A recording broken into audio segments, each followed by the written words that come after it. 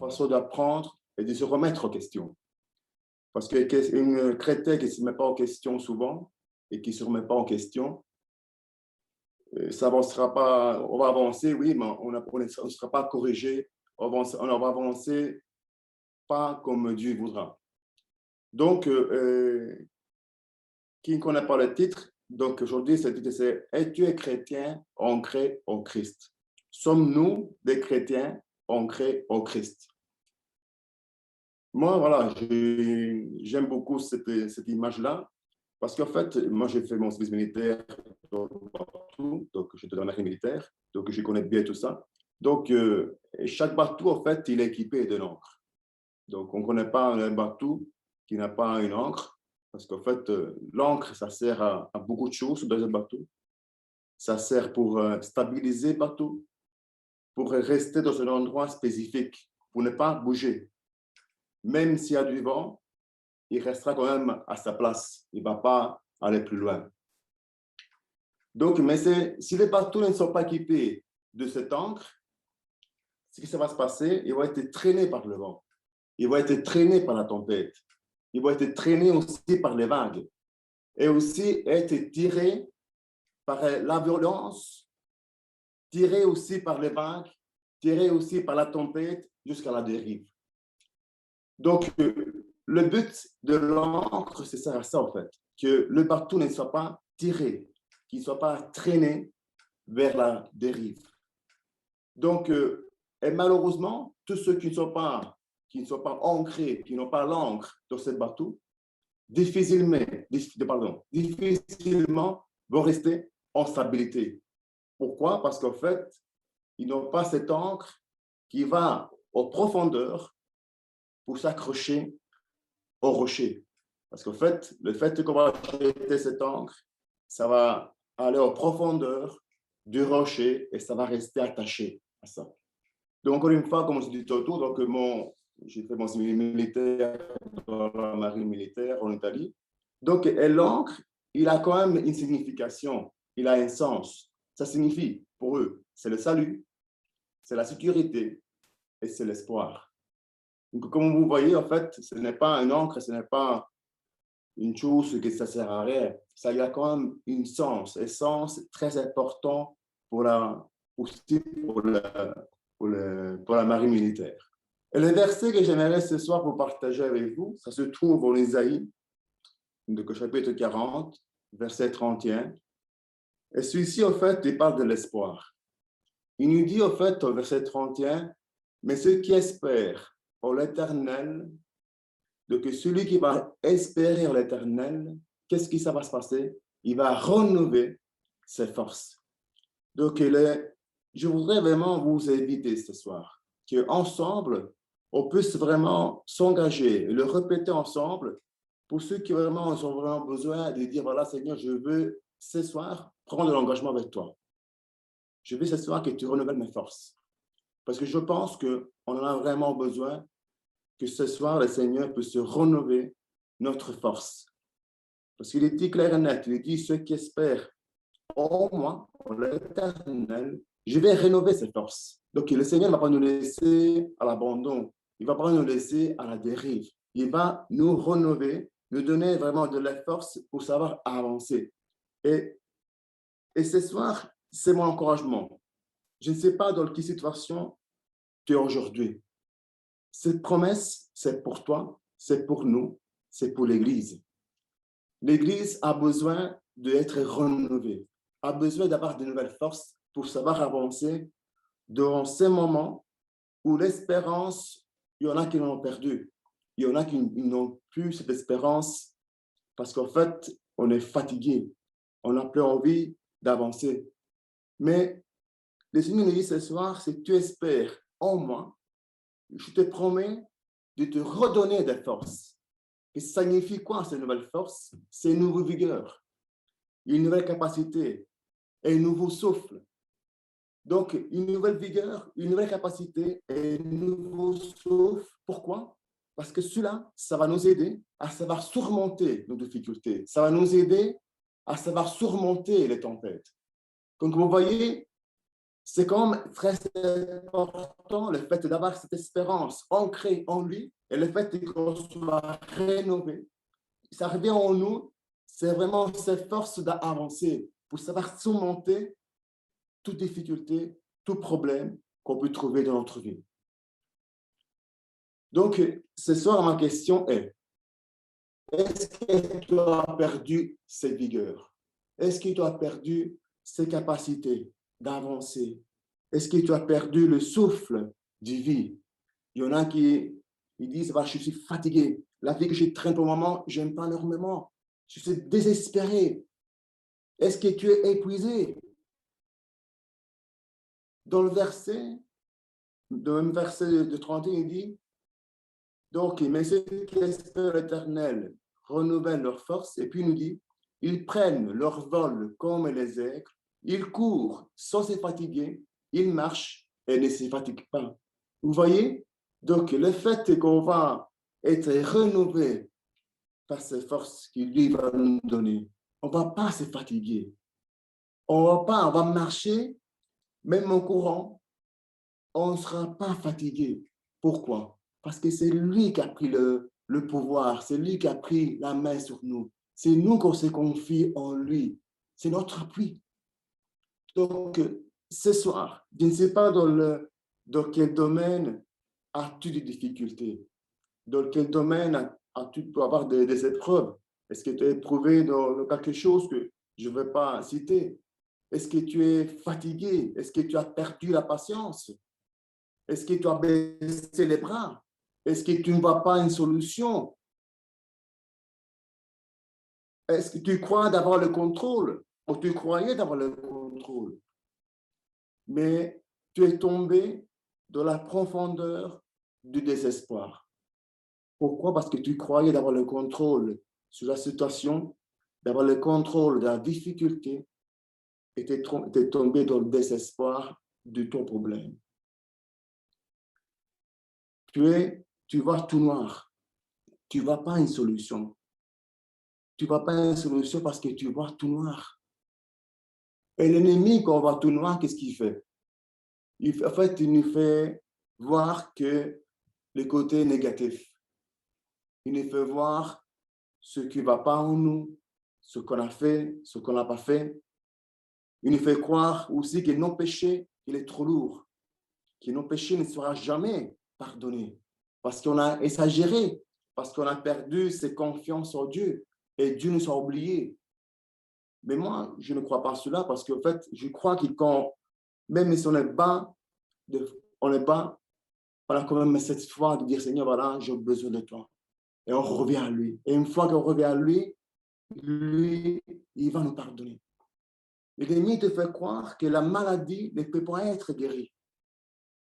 Ça, c'est un grand mensonge. Moi, je le crois que au nom de Jésus, la maladie peut être guérie. Je le crois fortement parce que quand on a cet espoir en lui, tout est possible en lui. Je vais le répéter. Quand on a la foi en lui, tout est possible en lui. Tu as des problèmes financiers, tu as perte de travail, tu es au chômage, des problèmes dans la famille, de couple, de tes enfants. Mais tu crois que tu as perdu cet espoir. Mais dites une chose, que l'encre, je reviens au titre, l'encre, c'est l'espoir. L'encre, c'est l'espoir. Et sans cette encre, on ne peut pas avancer. Même s'il n'y a personne qui t'encourage, même s'il n'y a pas de paroles pour changer la situation, même s'il y a des paroles que le problème, il t'a vraiment blessé, et ton cœur, il est blessé, ton cœur, il est vraiment, il est lourd. Quand il y a une chose, que même quand tu vois tout noir, Dieu est la solution. Même quand tu vois tout noir, qu'il n'y a pas une porte, Dieu est la porte. Même s'il n'y a pas une solution, et il n'y a pas la porte, Dieu va la créer, la porte. Je crois que plusieurs d'entre vous connaissent mon témoignage. Quand déjà 2 fois, j'étais malade de mon cancer, une fois dans la peau, une fois dans le foie. Mais c'est vrai qu'au début, quand il m'a annoncé ça, j'étais dans le bateau. Je me croyais arriver dans la dérive. Je me sentais basculer. Je me sentais secoué parce que c'est une mauvaise nouvelle. Et je dis, Seigneur, comment ça? Tu me donnes ça à moi? On croit en fait que des fois, parce qu'on est des chrétiens, qu'on est épargnés. Mais le fait qu'on est des chrétiens, qu'on a la foi en lui, qu'on espère en lui, on a cette espérance en lui, cette encre de l'espoir, même si on est ancré, on est attaché au rocher, ces rochers solides, ces rochers qui est stable, on est secoué, mais on reste ancré en lui, on reste attaché à lui. On ne sera pas éloigné, on ne sera pas à la dérive, parce qu'on a fait confiance en lui. Et faire confiance en Dieu, c'est même que si nous sommes ancrés et non basculés, on a cette espérance de dire, Seigneur, voilà comme on dit le verset, qui dit, heureux l'homme qui confie en l'Éternel et qui place son espérance sur lui. Est-ce qu'aujourd'hui, tu confies en l'Éternel ou tu confies à tes forces? Tu confies en quelqu'un, une personne? Tu confies à ce que les gens ils disent? Tu confies qu'est-ce qui se passe autour de toi pour le moment? C'est vrai que ce qui se passe autour de nous, ça ne donne pas d'espoir. Mais Dieu nous dit ce soir, c'est moi que je donne des forces pour avancer. Parce que même si on est fatigué, c'est lui qui va nous donner des forces pour avancer, pour ne pas s'arrêter, de reprendre cette encre, de la jeter en profondeur pour rester dans cette base solide. Et puis il dit aussi, heureux l'homme qui confie en sa parole. Est-ce que tu confies à qui aujourd'hui? C'est ça la question que Dieu nous pose. Tu confies à qui? Est-ce que tu confies en sa parole? Est-ce que quand on dit, Seigneur, parle-moi, est-ce que je vais prier? Est-ce que je vais lire la parole de Dieu? Est-ce que je vais chanter des louanges? Parce que des fois, on est désespéré, on croit qu'on n'a pas la solution, on voudrait que la solution, on va derrière la porte, nous toquer, dire voilà, c'est moi la solution. Mais non, va à Dieu, n'embrasse pas les bras, n'abandonne pas, parce que lui peut faire quelque chose pour toi. Et quand tu comprendras que lui seul peut faire quelque chose, c'est là que ça s'appelle l'espoir. C'est là l'espoir. Quand tu comprends, tu vas comprendre qu'il y a qui lui qui peut faire quelque chose d'autant problème, d'autant solution, il y a qui lui qui pourra faire quelque chose. Donc, j'espère vraiment de pouvoir m'exprimer, de dire, voilà, que de nous baser sur cette encre, et cette encre, c'est l'amour de Dieu. Donc, et je pense que c'est le moment d'aller chercher ton encre, de la prendre et de la jeter de la profondeur. Parce qu'en profondeur, il y a les rochers. Et ces rochers, pour nous, en tant que chrétiens, c'est Jésus. C'est le refuge, c'est la stabilité, c'est cet amour, cet espoir, la solution. En Hébreu 6, 19, il dit, cette espérance, nous l'avons comme une encre. Une encre comment?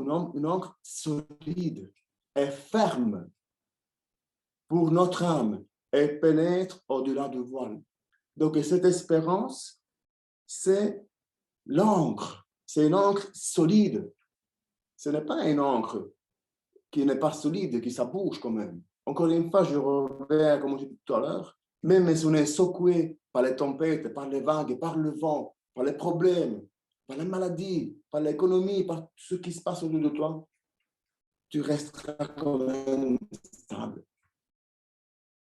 Parce que tu sais, tu as compris que l'encre, c'est ton espérance. Tu as compris que sans cette encre, tu iras à la dérive. Tu seras perdu. Tu n'auras pas jamais une solution. Au psaume 50, verset 15, il nous dit, « Évoque-moi au jour de la détresse, et je te délivrerai, et tu me glorifieras. » Donc, Lui qui dit de invoquer. C'est là que je dis, Seigneur, est-ce que quand j'ai vraiment besoin, est-ce que je vais t'invoquer? Est-ce que, encore une fois, je reviens comme je disais tout à l'heure, ton espérance est basée sur quoi? Sur qui? Comment? Est-ce que tu vas invoquer le Seigneur au jour de la détresse? Est-ce que tu vas trouver une solution chez quelqu'un d'autre? Est-ce que tu vas trouver une solution ailleurs, chez tes copains? Mais le fait de savoir que cet encre, c'est ton espérance, c'est l'espoir, c'est le rocher, elle est stable, tu vas créer en toi une stabilité. Tu vas savoir qu'à un moment donné, quand tu vas perdre de l'espoir, tu sais où aller. Si tu comprends que cet encre, c'est cet amour, l'amour de Dieu ne changera jamais. Mais c'est des fois, nous, on se langue de lui, lui reste quand même fidèle. Et même si on est secoué, le fait que tu es basé sur ces rochers solides, rien et personne ne pourra t'apporter loin de lui. Rien et personne ne pourra te l'éloigner à la dérive. Pourquoi? Parce que tu as mis ton espoir à lui. Tu as crié à l'Éternel. Donc, quand tu es dans le désespoir, prie, car c'est lui qui va exaucer la prière. Quand tu es de désespoir et tu n'as pas la solution, demande de prier. Quand tu es dans la bataille, si tu crois que tu l'as perdu, mais tu ne perds pas la guerre. On est dans la bataille, mais tu n'as pas perdu. Parce que maintenant, tu as un moment compliqué et difficile, que tu as perdu la guerre. Non. Fortifie-toi. Donc, récupère l'encre et permet à ce rocher de Jésus-Christ de renouveler ses forces. Ne sois pas toujours abattu. Nous sommes des enfants de lumière. Et la lumière, il faut que tout le monde la voie. On ne peut pas cacher la lumière.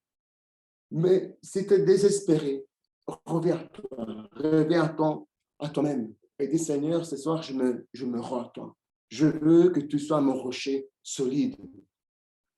Parce que c'est l'espérance, c'est cet amour que notre Seigneur a donné pour nous tous. Et sa capacité aussi de donner aussi une capacité de soutien pendant la tempête. Donc, pendant la tempête, le fait que tu as compris c'est quoi cet encre, tu vas rester, tu sais que Dieu te soutient, tu sais que tu es accroché à lui. Et même si tu es abattu, si tu es dans la tempête, si tu es en guerre, tu ne seras jamais confus. Parce que tu sais à qui tu fais confiance. Tu sais que la foi, c'est basé sur lui. Ce n'est pas basé sur une personne, ce n'est pas basé sur Daniel ou sur quelqu'un d'autre. On est basé sur Christ. C'est notre rocher, c'est notre espoir, notre forteresse. Au verset d'Isaïe 43, verset 2, nous dit, si tu traverses les eaux, je serai avec toi. Et le fleuve, ils ne te submergeront pas. Si tu marches dans le feu, tu ne brûleras pas et les flammes ne te consumeront pas. Ça, c'est une belle promesse que Dieu nous fait. C'est une promesse pour toi, pour moi, pour l'Église et pour tous ceux qui espèrent en lui. Donc, Jésus, il tient le bateau. Jésus, nous sommes avec lui, on n'est pas tout seul. Donc, ne pense pas que dans la tempête, tu es tout seul. Il va nous aider à sortir de la dérive pour accomplir les promesses que lui a pour ta vie, pour ma vie, pour l'Église. Parce que lui, il sait bien comment on est basé, les fondations. Donc, fondons notre espérance en Christ ce soir. Je pense que tout le monde l'a fait, mais si tu es découragé, si tu es désespéré, si tu es confus, ce soir, reviens. Dis, Seigneur, voilà, je désire que ce soir, tu me redonnes la force, que tu me redonnes la foi de croire que tout est possible à toi. Je veux cette encre de l'amour, je veux cette encre solide. Donc, moi, je vais tout terminer. Et avant de quitter, j'aimerais qu'on revienne au titre. Donc, et dire, Seigneur, voilà pourquoi. Qu'est-ce que je dois faire? Donc, on doit reprendre cette encre de l'amour et faire des efforts pour que lui, il vienne aussi à notre aide. Parce que le fait qu'il nous prenne de force, ça va nous servir pour nous et aussi pour notre prochain. Encore une fois, dans le moment où on vit pour le moment, il y a des gens qui sont découragés, qui sont abattus, ils sont désespérés. Moi, je vois au travail, il y a des gens qui sont désespérés parce qu'ils voient ce qui se passe, ils ne voient pas une solution. Mais nous, la solution, là, c'est Jésus. Et si on va encourager dans cette période compliquée qu'on vit pour le moment, ça peut nous servir pour aider des gens à venir à Christ. Nous devons comprendre à ces gens-là que c'est l'encre solide, cette encre d'amour, c'est pour eux aussi.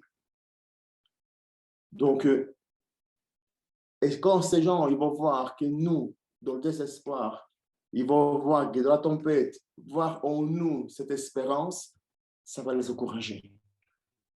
Ça va les aider aussi à eux. Donc, ce soir, je voudrais vous quitter avec la même question du titre. Est-ce que tu es ancré au Christ? Donc, à partir d'aujourd'hui, si tu es dans la tempête, si tu es à la dérive, si tu es confus, tu ne vois pas une solution dans ta guérison, de ton travail, de problèmes économiques, de tes enfants, la réponse est là. Aller chercher lui, aller chercher cette encre de l'amour. Que Dieu vous bénisse.